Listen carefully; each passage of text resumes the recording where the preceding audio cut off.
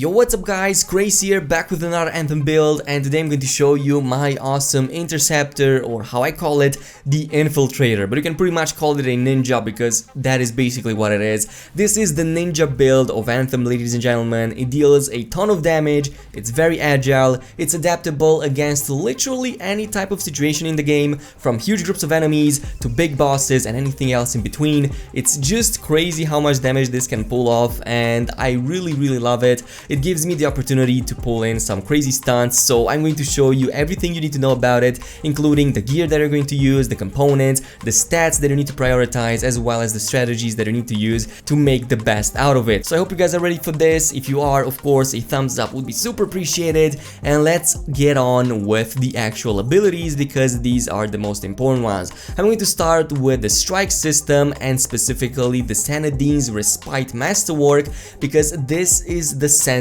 of this build. This is one of the main damage dealing abilities of this build, and this is what I've been using and running with for the past week. So this is Sanadine's Respite, the Masterwork version of the Plasma Star attack, and this is basically that shuriken throw, whatever you want to call it. It makes you feel like a true ninja, but not only that, it also makes you deal a ton of damage, and it comes with a big advantage. Hitting enemy weak points instantly restores 35% shield, so not only does this do a ton of damage, but it also proves to be an amazing survivability skill. Now you might be asking yourselves, why am I putting this at the center of this build? And that is because I got lucky with one of the rolls, specifically with the gear roll plus 175% damage, and just having this gear roll on it pretty much means that I can pull off like 30,000, 40,000 damage with one single star toss, right? So I can do like 120k in just a matter of seconds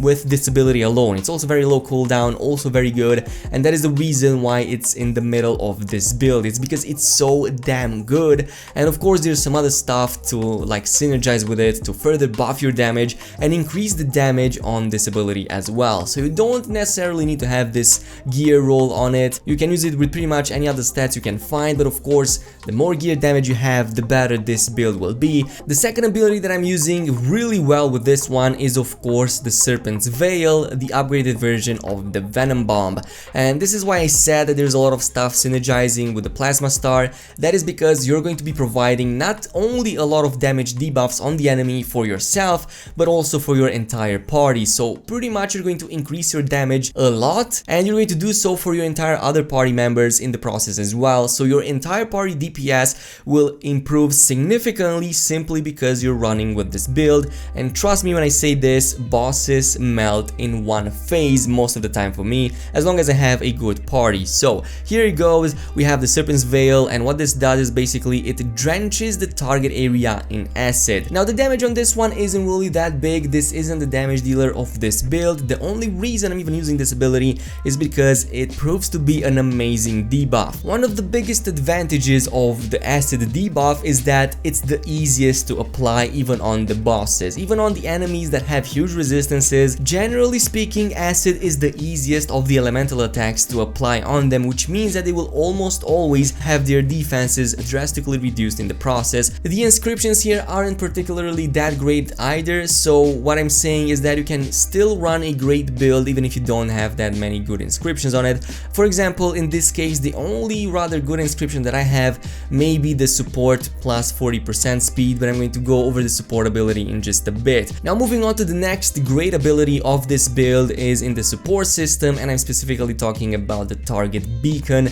Target Beacon is already powerful as it is, but combined with the acid debuffs, it's even more amazing. So what Target Beacon does is pretty much self-explanatory. It reduces resistances of enemies by 33%, so very useful, and the most useful is of course against bosses, where you can stack this with the acid debuff. Of course this one has some pretty nice inscriptions on it. For example, it buffs my E ability, which is the heavy hitter of this build, by another 15%. These two are the biggest debuff providers of this build, and what this means is that you're going to pretty much crit and deal huge damage with any other type of ability in the game, even with your weapons. Speaking of weapons, by the way, let's move on to the weapons, and I'm going to show you what I'm currently using, but of course in my case I'm running with the Unending Battle, which is an upgraded Fulcrum machine pistol. What this does is that every time I'm hitting an enemy at point blank range, it increases weapon as well as melee damage by 110% for 5 seconds. Very potent because I'm always up and close to the enemies, always shooting at them point blank, so I'm almost always benefiting from this buff, and that melee damage increase is definitely going to be very helpful because our melee attacks, as you will soon see, are also heavy hitters, and there's some really nice spicy things that I'm going to show you to increase your melee attacks even more on your Interceptor. Of course, the inscriptions themselves are pretty good as well. I have 2 of them really good right here, including the gear plus 25% damage, and as you can see in this case, this has a suit icon next to it, which means that all of my gear abilities receive this 25% damage buff, including my E, which is the most important of all. The second weapon that I'm using in this case, this is just my option right now, of course you can change it with something else, is in my case the Siege Breaker, which is an upgraded whirlwind. This isn't a great weapon, not at all, it's just that it has some pretty good inscriptions, in this case another gear plus 28% damage and some support 30% speed, which means I can use my support ability much more often. But yeah, the first one is the more important one, the second one is your choice, so I'm going to leave it at that. As I've said, this build is very adaptable, and I believe it's time to move over to the components because these are very important. As I've said, you can do a lot of damage with your gear abilities, you can do a ton of damage with your melee attacks as well as with your weapons, so of course I'm going to prioritize components that increase damage towards that. The first one is the legendary way of resolve. You can use the masterwork version as well, and this one increases my melee damage by 10%, but the extra ability is the more important one. Dashing increases melee damage by 30% for 10 seconds. As an Interceptor, you're dashing around the clock 24/7, so you will almost always have this buff applied on you, and it's definitely noticeable. The next one, which is the spicy thing of this build, is the Conductive Lattice. This is something that I haven't seen too many Interceptors run with, but it's so underrated for the amount of benefits that it gives you. Check this one out. Increases electricity damage, electricity resistance, and gear cooldown speed. But here's the extra bit. Performing a small melee hit streak of 3 detonates an electric explosion.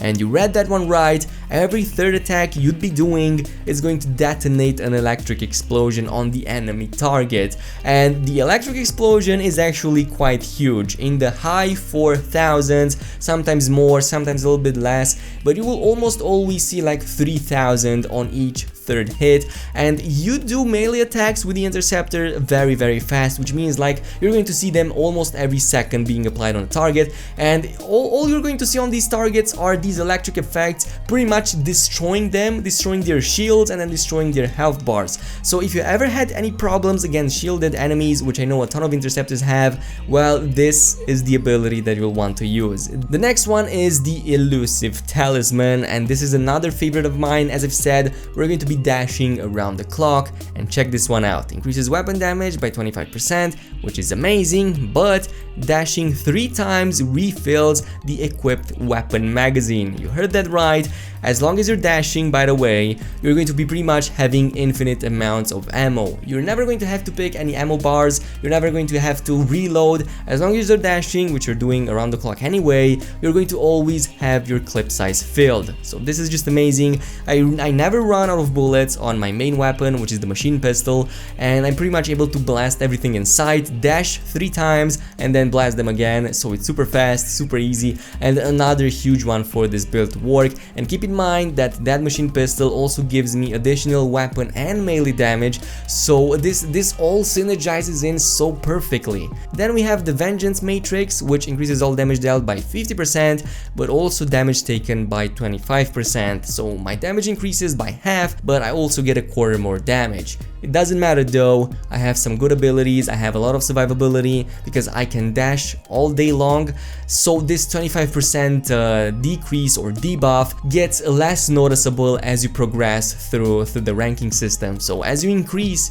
to like epic level Interceptor and then Masterwork and even Legendary, you're not going to notice this small debuff over here, and the small damage increase that you might be receiving is definitely worth it for the huge amount of damage that you're going to be able to dish out at the enemy. Way of Integration is another one, increases acid damage and oxygen capacity by 20%, also acid resistant by 20%, and of course we have another damage buff which comes in the form of Gear Hit Streak 2, increases all damage by 30% for 5 seconds. So check this one out. This synergizes perfectly with the Plasma Star upgrade. With the Plasma Stars you're going to be able to like throw in 4 Plasma Stars, and of course each time you do a hit streak of 2 you're going to receive this buff. So absolutely amazing synergy, and it just works so well with this build all around. Finally we have Way of the Swift, and this is the biggest, probably the biggest buff that I have for my E ability for the Plasma Stars. It increases assault system damage by 5%, which is not really a whole lot, but the extra ability, any Q hit increases E damage by 50% for 5 seconds. Now the stats that you should be prioritizing are of course gear damage, specifically for your E ability, which is the upgraded Plasma Star attack. Then the next one should be gear speed, again also for E ability or for your entire javelin if you can get that. Another very important inscription to look towards is the support plus speed. What that does is, as I've said, it reduces the recharge time of your support ability, in this case the target beacon, which you'll pretty much want to spam on your enemies. It isn't easy to master, I'm not gonna lie, it takes a little bit of time to get used to because it plays considerably different compared to the rest of the javelins, but once you do and once you like put your finger on it, you're going to feel so damn good and so damn potent. But that's all there is to it, that's all there is to the build. Tell me what you guys think about it. In the meantime, a thumbs up of course would be super appreciated. Also make sure to hit that subscribe button, and I'll see you guys next time, so peace out.